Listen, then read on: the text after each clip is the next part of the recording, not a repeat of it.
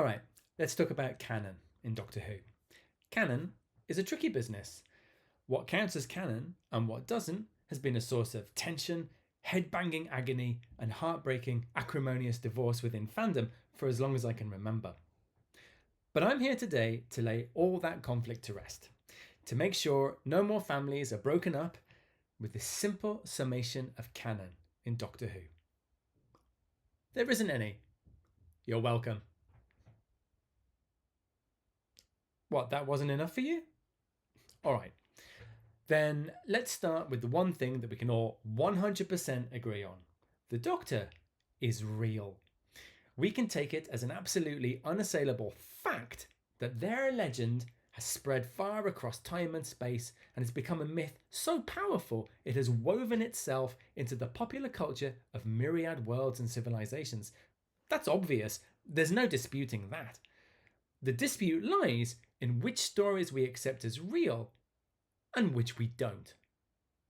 The legend of the Doctor first filtered through to our temporal spatial coordinates in the early 60s into the minds of a small group of people working at a creative audiovisual institution known as the British Broadcasting Corporation, or the BBC. Their desire to create a new Saturday tea time family drama show was sufficiently powerful enough to transform their brains into potent universal receivers that were able to attract at least the basic parameters of the Doctor's story. Much like Zefram Cochrane's experimental warp engines attracted the attention of the Vulcans in the ludicrous, utterly made-up space franchise Star Trek. Anyway, once the channel was open, more and more stories and information about the Doctor found their way to the custodians of the Time Lord's adventures. As such, the BBC became the most trusted source of truth when it came to solidifying what people would come to know as official canon, regardless of the many inconsistencies in its own telling of the Doctor's tales. Perhaps an understandable consequence of a game of Chinese whispers played over galactic distances. But as time moved on, other channels opened up for recounting the legends of the Doctor, in book form, in comics, in audio stories, and the odd cinematic outing, all of which, because of sacred canon, are somehow both Doctor Who and not Doctor Who. Schrodinger's Doctor Who. So really, canon apparently just comes down to who's doing the telling.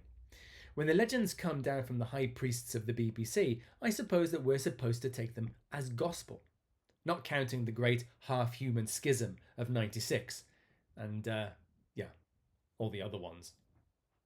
And then we have the other stories, which I suppose we're meant to assume were passed on from a drunken alien in some wretched hive of scum and villainy, somewhere far, far away, about 10 minutes ago. Stories like the Doctor being a jolly, bandy-legged old man called Mr. Who, probably Humphrey or Herbert Who just happened to build a physics-defying time machine in his back garden. Or stories involving multiple incarnations of the Doctor walking around the most miserable square in the East End, an event which probably left temporal bruises that both retroactively and proactively ruined every single Christmas there. In the end, what it all boils down to is this. The Doctor has been travelling around, having adventures, fighting injustice for countless thousands of years. It's impossible that all of those events have been recorded or written down faithfully, or that those doing the recording or writing weren't having bad days or really amazingly great days or utterly half off their variously formed faces on any number of interstellar narcotic substances. So don't worry about it. By all means, find the patterns that you enjoy. Discuss them until you're so out of breath you need a blast of Ventolin to carry on talking about them, but don't lock yourself in. Doctor Who is a massive playground. And it's not really about what order the stories happened in, or which details conflict with others. It's the essence of the stories that matter, what they tell you about the world, about yourself, about the nature of good and evil, about life and death, and all of that good stuff. It doesn't matter if you think the Doctor has only 12 regenerations, or potentially limitless regenerations. It doesn't matter if you think the Doctor was born on Gallifrey, or popped out of a loom on Gallifrey, or that they came from somewhere else altogether.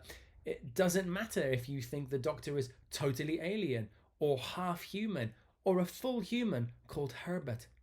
What matters is what makes you happy. You know what? I take it back. Well, half back. It's not that there's no canon in Doctor Who, it's that there's no one canon.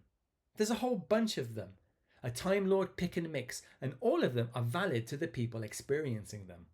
Mine is a sprawling, enthralling morass of, well, wibbly wobbly, story warry stuff, which is just the way the Doctor likes it, according to canon.